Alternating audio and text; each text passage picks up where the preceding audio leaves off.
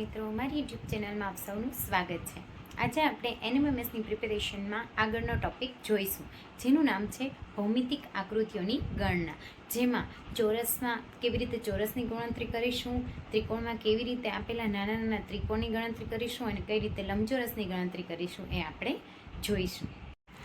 14મો topic એટલે કે ભૌમિતિક આકૃતિઓની ગણના। એમાં સૌપ્રથમ આપણે લઈશું કે ચોરસમાં ચોરસની ગણતરી કેવી રીતે કરીશું।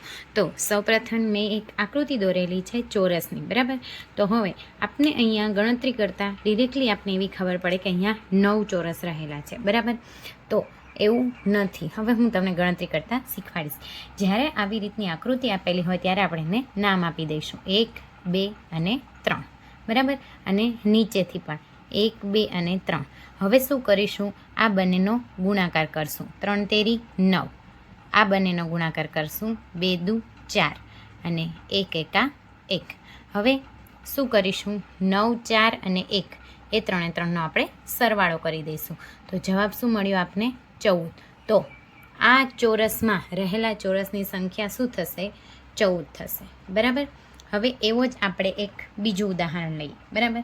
તો જો આ બીજું ઉદાહરણ છે, એમાં આપણે શું કરીશું, ફરીથી નામ આપી દો 1 અને 2, અહીંયા નામ આપો 1, 2, 3 અને 4, બરાબર। હવે આ બંનેનો ગુણાકાર કરો, તો 4 દુ 8, બરાબર, એ આપણે 8 લખી દીધા, પ્લસ 3 એકા 3, આ બંનેનો ગુણાકાર કરો, 3 એકા 3। જ્યારે આ બંનેનો કોઈ સાથે ગુણાકાર થશે નહીં, એટલે એ બંને સંખ્યાને જવા દો, બરાબર। એટલે શું થશે, 4 દુ 8 અને 3 એકા 3, 8, 9, 10 ને 11, એટલે કે આમાં કેટલા ચોરસ રહેલા છે, 11। આવી રીતે તમે ચોરસમાં ચોરસની ગણતરી કરી શકો છો। ભૌમિતિક આકૃતિઓની ગણતરીમાં બીજું આવે છે ત્રિકોણમાં ત્રિકોણની ગણતરી કરવી, બરાબર। આ જે મેં તમને એક ક્વેશ્ચન લખેલો છે એ 2021માં પૂછાયેલો પ્રશ્ન છે, બરાબર। હવે અહીં ત્રિકોણ, આ એક ત્રિકોણ આપેલો છે, એમાં કેટલા ત્રિકોણ રહેલા છે એની ગણતરી કરવાની છે, બરાબર। તો જુઓ, આપણે શું કરવાનું, પહેલાં અહીં નંબર લખી દેવાના, બરાબર, 1, 2, 3 અને 4। હવે શું કરવાનું, એ બધાનો સરવાળો કરતા જાઓ, 1 + 2 + 3 + 4, શું આવશે, 1 ને 2 3, 3 ને 3 6 ને 4 10। તો શું જવાબ આવી ગયો, 10। તો આપણો સી ઓપ્શન સાચો છે। આવડી ગયું, એકદમ સરળ છે, કંઈ જેમાં ડિફિકલ્ટીઝ નથી। હવે એવું નહીં કે અહીંયા સીધે સીધા ત્રિકોણ હોય તો અહીંયા વચ્ચે લાઈનો અને અહીંયા લાઈનો હોય, જેટલા પણ એના ભાગ પડતા હોય બધાનો સરવાળો કરી દેવાનો। જુઓ, નેક્સ્ટ ક્વેશ્ચન છે એ 2019માં પૂછાયેલો છે। તો અહીં તો આ આકૃતિની પ્રમાણમાં આ ખૂબ અટપટી લાગે છે, બરાબર, કશો વાંધો નહીં, જેટલા પણ વિભાગ પડે બધાને 1 to 1 to નામ આપી દઈએ, બરાબર। તો ઉપરથી આપણે સ્ટાર્ટ કરીએ, તો અહીંયા કેટલા પડે છે, 3, તો 1, 2 અને 3, બરાબર। અહીંયા કેટલા પડે છે, 1 અને 2, તો એને પણ નામ આપી દો। અને હવે મેઇન ત્રિકોણમાં 1, 2, 3, 4 અને 5, બરાબર। ચલો હવે પહેલાંનું કરીએ આપણે, 1 + 2 + 3 કેટલા થશે, 6। હવે આનું કરીએ, 1 + 2 શું થશે, 3। હવે નીચેનાનું કરીએ, 1 + 2 + 3 + 4 + 5 શું થશે, 3, 3 ને 3 6 ને 4 10 ને 5 15। હવે આ 6, 3 અને 15, એ 3 એ 3નો કરો સરવાળો, શું આવશે, 15 ને 6 21 ને 3 24, શું જવાબ મળી ગયો આપને, 24। તો આપણો બી ઓપ્શન સાચો છે। આ રીતે ત્રિકોણમાં રહેલા ત્રિકોણની ગણતરી આપણે કરી શકીએ છીએ। નેક્સ્ટ છે લંબચોરસની ગણતરી। તો લંબચોરસની ગણતરી માટે આપણે શું કરીશું, તો લંબચોરસ માટે નામ આપી દો ફરીથી 1, 2, 3 અને અહીંયા પણ આવશે 1, 2, 3 અને 4, આવી રીતે નામ આપી દેવાના છે, બરાબર। પછી અહીંયા શું કરવાનું છે, બધાનો સરવાળો કરી દો, તો 3 ને 2 5 ને 1 6, શું થશે, 6 આવી ગયા છે। અને અહીંયા 1 + 2 એટલે કે 3 ને 3 6 ને 4 10। હવે આ બે સંખ્યા મળી ગઈ છે આપણે, 10 અને 6। ચોરસ માટે શું કરતા હતા, તો કે ચોરસ માટે આપણે આ બંનેનો ગુણાકાર, આ બંનેનો ગુણાકાર અને આ બંનેનો ગુણાકાર, એ બધાનો સરવાળો કરતા હતા, બરાબર। પછી ત્રિકોણ માટે શું કરતા હતા, જેટલા પણ ત્રિકોણ હતા બધાનો સરવાળો કરી દેતા હતા।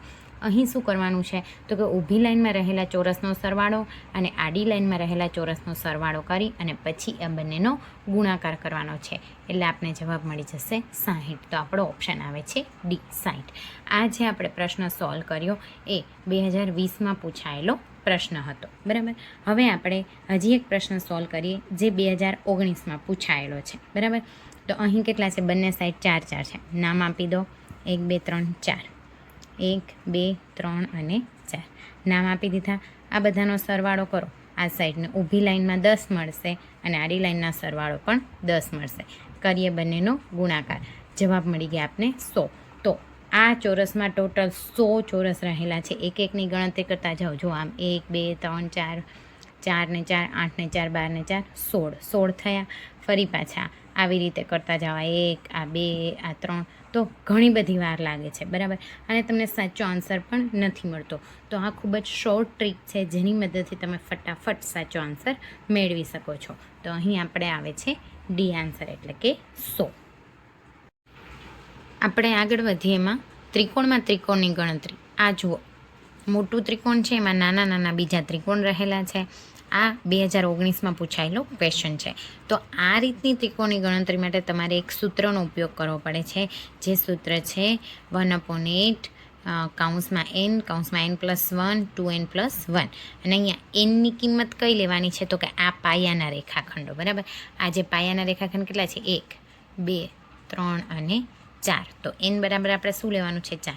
ચલો ગણતરી કરીને જોઈએ. 1/8 કૌંસમાં 4 4 વત્તા 2 2 કૌંસમાં 4 વત્તા 1 4 4 ને 2 6 ગુણ્યા 8 વત્તા 1. બરાબર. 4 ગુણ્યા 6ની જગ્યાએ આપણે શું લખી દઈશું? 3 ગુણ્યા 2 ગુણ્યા 9. હવે અહીંયા 8 અને 4 2 ઉડી ગયા. તો 9 તેરી 27. આ 27 જવાબ આવ્યો. એટલે કે આ ત્રિકોણમાં રહેલી ત્રિકોણની સંખ્યા શું થશે?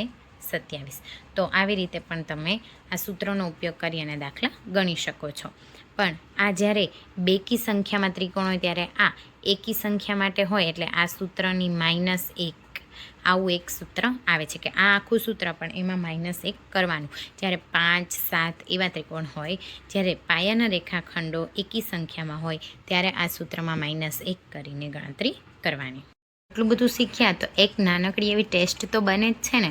તો મને પણ આઈડિયા આવે કે તમે સમજો છો કે નહીં. તો આપેલ આકૃતિમાં રહેલ કુલ ત્રિકોણની સંખ્યા જણાવો. હવે આ જે આકૃતિ રહેલી છે એમાં કેટલા ત્રિકોણ છે મારે જણાવવા છે. આ પ્રશ્ન છે. ઓપ્શન છે 13 15 C 7 અને D 16. તો આ આન્સર મિત્રો મને કમેન્ટમાં જરૂરથી કહેજો કે આમાં ત્રિકોણ રહેલા છે. એકદમ સરળ છે. આ જ આગળ આપણે જોઈ ગયા છે એ જ મેથડનો ઉપયોગ કરવાનો છે. તો થેન્ક યુ ફ્રેન્ડ.